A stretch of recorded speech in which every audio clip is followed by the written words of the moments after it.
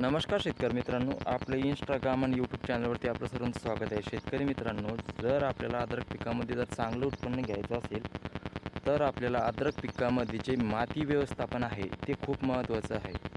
तर माती व्यवस्थापन महत्त्वाचं कशामुळे आहे की अद्रक हे जे पीक आहे हे पीक जे जमिनीमध्ये जे खालून वरती येतं बनत, म्हणजे जमिनीतून वरती बनत येतं.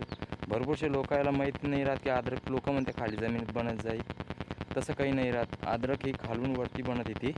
त्याच्यामुळे अद्रकीला टप्प्याटप्प्याने माती लावणं खूप गरजेचं आहे. आता आपण याच्यात दुसऱ्यांदा पावर विटर आणलं आहे बघा.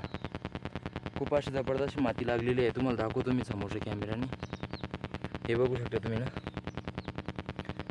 अशा प्रकारे तुम्हाला म्हणजे जे की पॉवर विटरच्या साहाय्याने माती लावायची आहे. तुम्ही बघू शकता एकदम जबरदस्त अशी आपली माती लावलेली आहे. पण माती आपल्याला लावायची आहे प्रत्येक वेळेस 4 बोटं, त्याच्यापेक्षा जास्त माती लावायची नाही. 4 बोटं ही माती खूप चांगली आहे. थोडी प्रत्येक महिन्याला 4 बोटं माती लावायची, म्हणजे आपल्याला 4 ते 5 वेळेस माती लावायची आहे.